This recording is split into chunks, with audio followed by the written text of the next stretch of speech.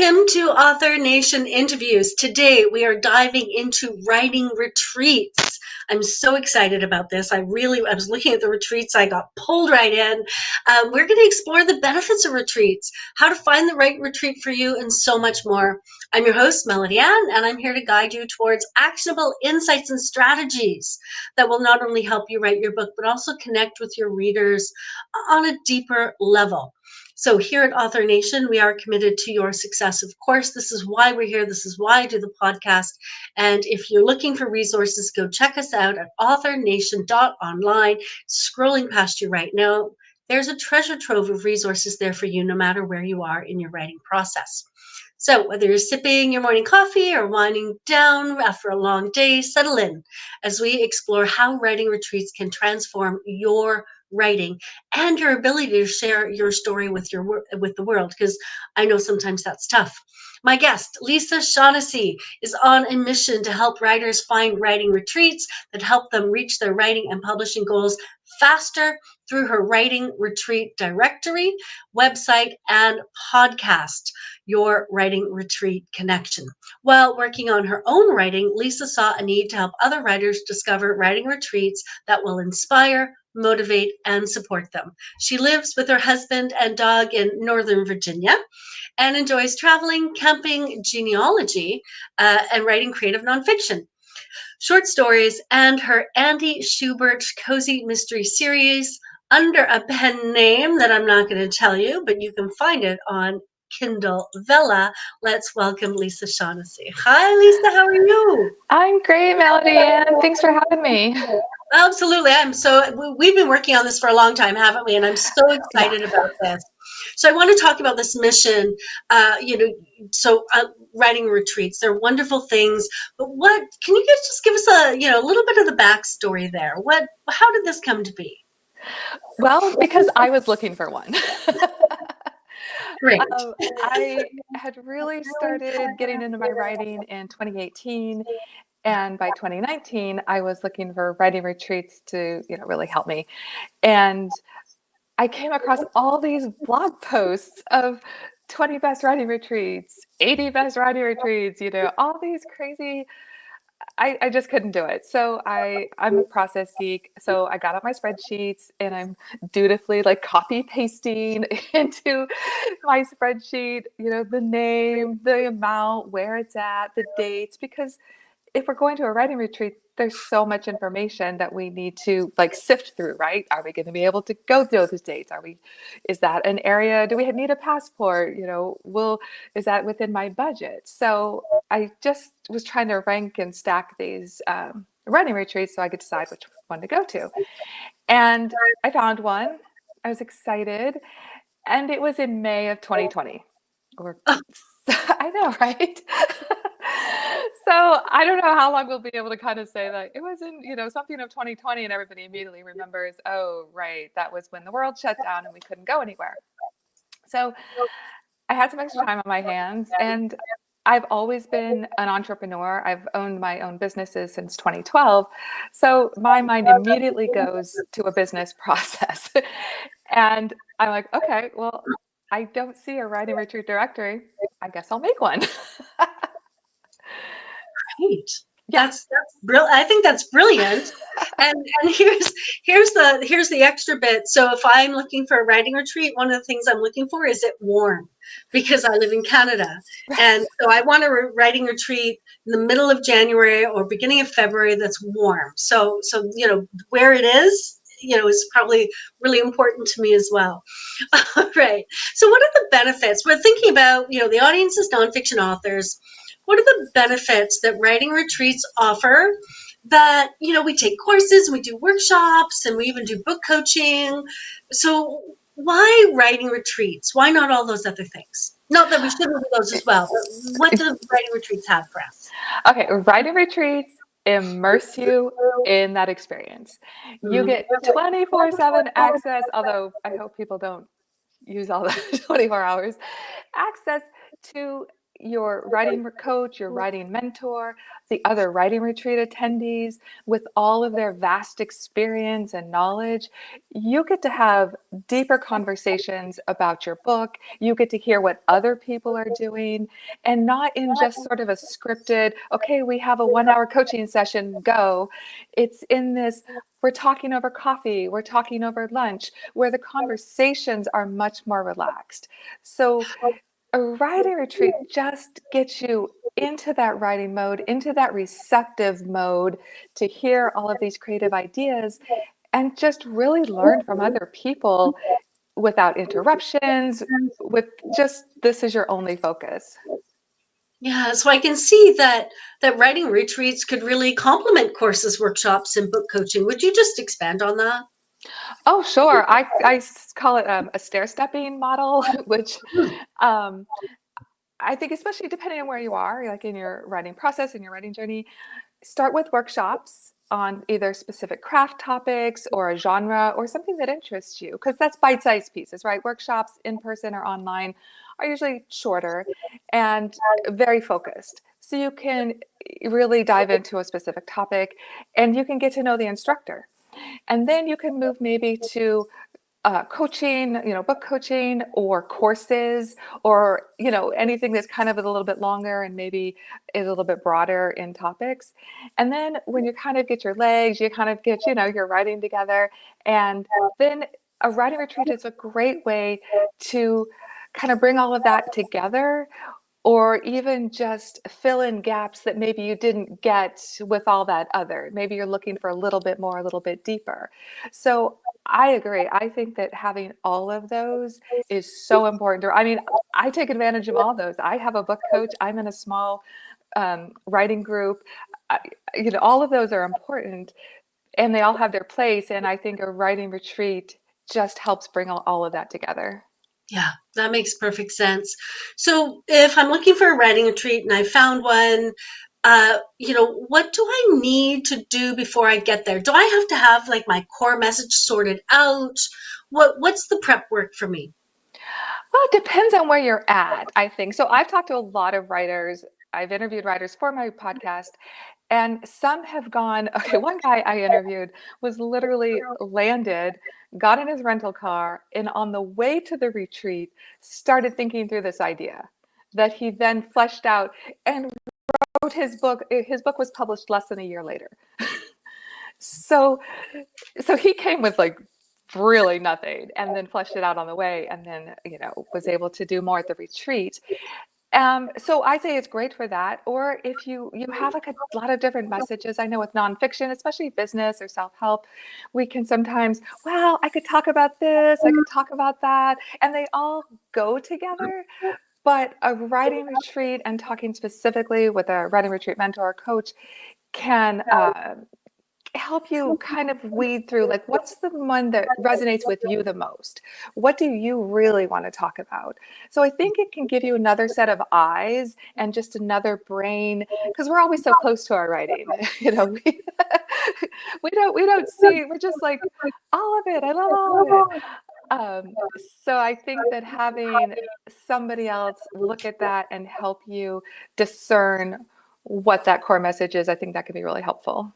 Yeah, I know with some of my clients, they kind of come to the conclusion, it's like, okay, so I have 5 books. And the question then is, well, which one are we going to write first, right? It's like, because there's some people just have such a wealth of information, and just narrowing down a topic can be really hard.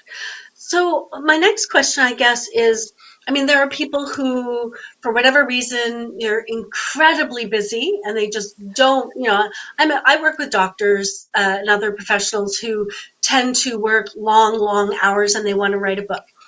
And a lot of them just say, look, I just can't take a week off and, go to Costa Rica and put my feet up and write my book. I just don't have it. Or other authors might say, hey, I'm starting out and I have a lot of financial constraints. What are the alternatives for these authors who just don't feel they can hop on a plane and fly to a retreat? Well, first, I would say there are a lot of virtual writing retreats that can fill this gap. So not as many as in person as far as I found. And I think it's starting to gain some more steam, some more traction for people doing virtual writing retreats. But if you can carve away that time, if you can, put the do not disturb sign on the door, or even rent a local Airbnb, just for a weekend, then I think a virtual writing retreat is a great way to do that. And also, you could start your own writing group. You can attend writing groups. You can be involved in that. I mean, there's more ways than just a writing retreat if you want to explore, just connecting with other authors and being part of that environment. Yeah, no, I love that. That makes perfect sense. Do you have any memorable moments that, from writing retreats that you were on where you had, I don't know, an aha moment or like something magical happen? Well, okay, this is embarrassing, Oh but I have no. not yet gone on a writing retreat because once I started the business and then I started the podcast, but I am going on one. I have one. I'm going in April, and actually it's in Ontario. So I'm super excited. But I have interviewed almost 100 writing retreat leaders and also writers. Writers, I don't have as much luck getting on the show because they're a little more shy to talk about themselves. But the writers that have been on have just said transformative. I think that's the one word I hear the most, and they aren't expecting it.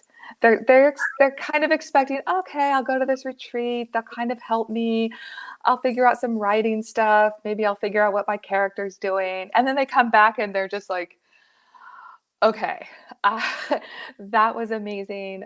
The connections they made, the writers they talked to, the progress they made on their book, the breakthroughs, just the writer's block that they've managed to just smash has been amazing. And people have started. I've interviewed two people who have actually started kind of movements from their books, their nonfiction books. One was the guy I was talking about, Michael Neese, if I can say this, I don't know, but he wrote a book, In Kind, and that's the one he drove to the airport with no idea, or drove to the retreat with no idea, and then fleshed it out. And then another woman wrote a very, very moving story about her own trauma. And this writing retreat she attended, the people were just amazing and helped her, get through it and write her story to help other people. So it really is a transformative experience. That's amazing.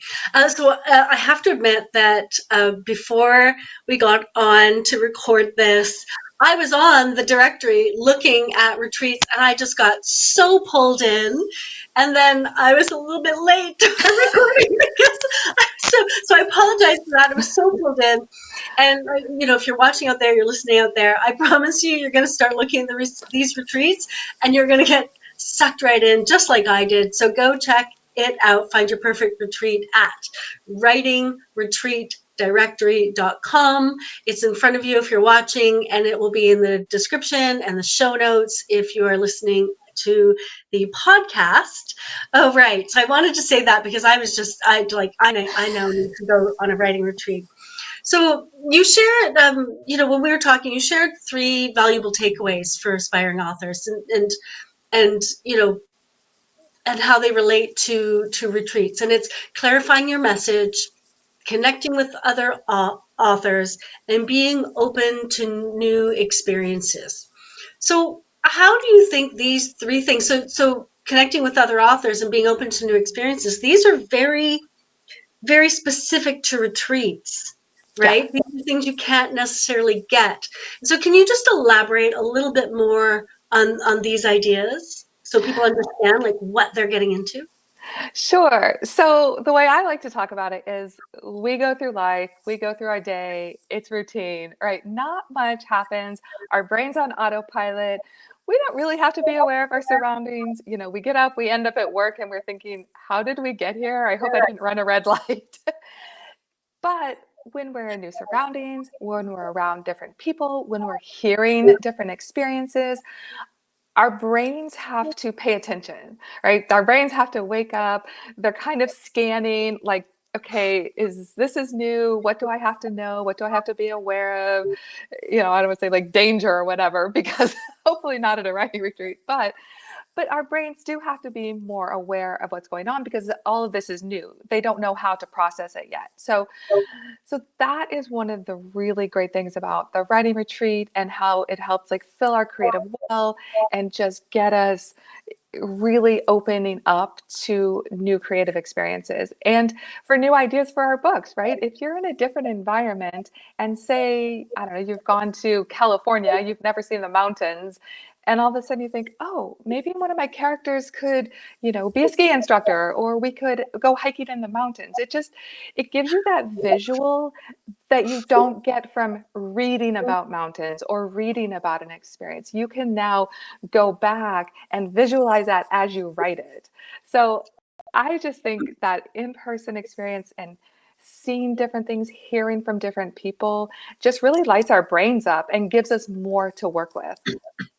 Right. So if you're writing a book about Tuscany, do a writing retreat in Tuscany. Oh, for sure. Right. It's Okay. an excuse. Yeah, absolutely.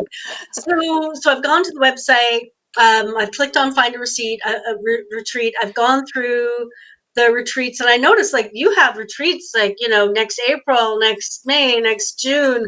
So I found this perfect retreat for myself. I've signed up. Now what do I do?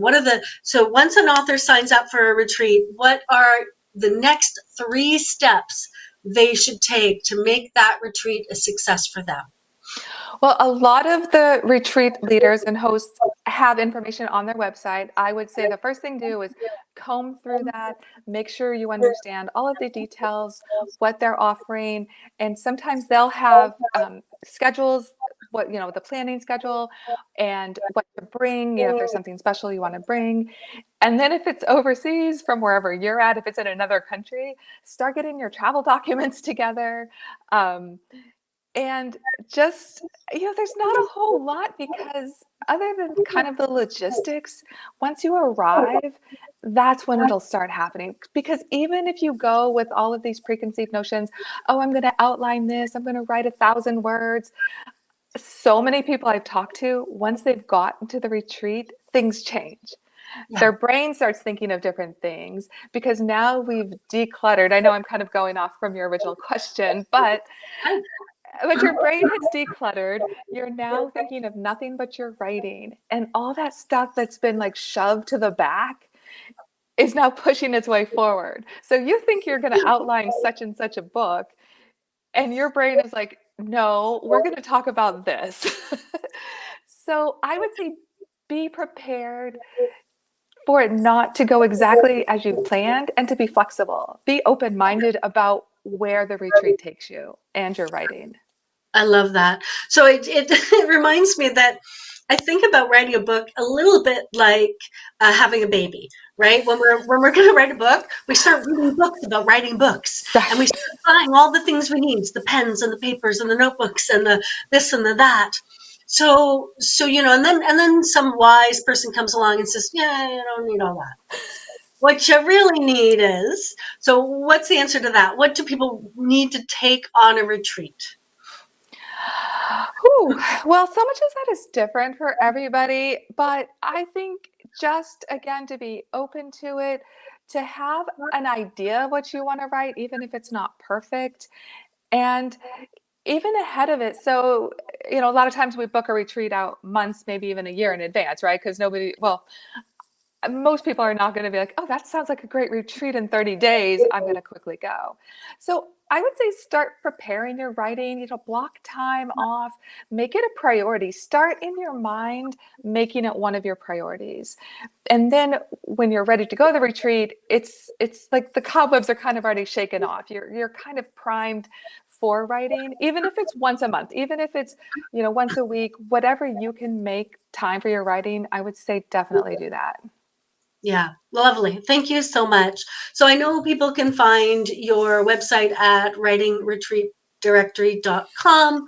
Where can we find you, your podcast? Just give us a little bit more information so our listeners can connect with you as well. Sure. So on writingretreatdirectory.com, I have a podcast link in the menu, and you can see all my podcast episodes. And then I have links to Apple and Spotify, so you can, go follow it on one of those. And on Instagram, I'm Writing Retreat Directory, and Facebook, Writing Retreat Directory. I'm sure I am. Perfect. That sounds wonderful. So if you've been thinking about doing a writing retreat, you should go do that. Lisa, thank you so much for joining us today. I really appreciate it. Thank you, Melody, and it's been great to be here. Good. Wonderful. I'm glad you think so. Yeah, I've had so much fun, I have to say. So thank you for joining us on Author Nation today. I hope this conversation has provided you with some insights into what a retreat can really do for you and some inspiration so you go find one for you, because they can be, as Lisa said, very different than a coaching or editing or writing group experience. Remember to visit authornation.online to find your treasure trove of resources. And we always greatly appreciate your feedback and your support. So if you've enjoyed this episode, please consider leaving a comment, write us a review, and don't forget to share it with an author you know who desperately needs to go on a retreat. So your participation really helps us continue to deliver these insights and these tools to help you succeed. So keep writing, keep creating, and keep sharing your unique stories with the world.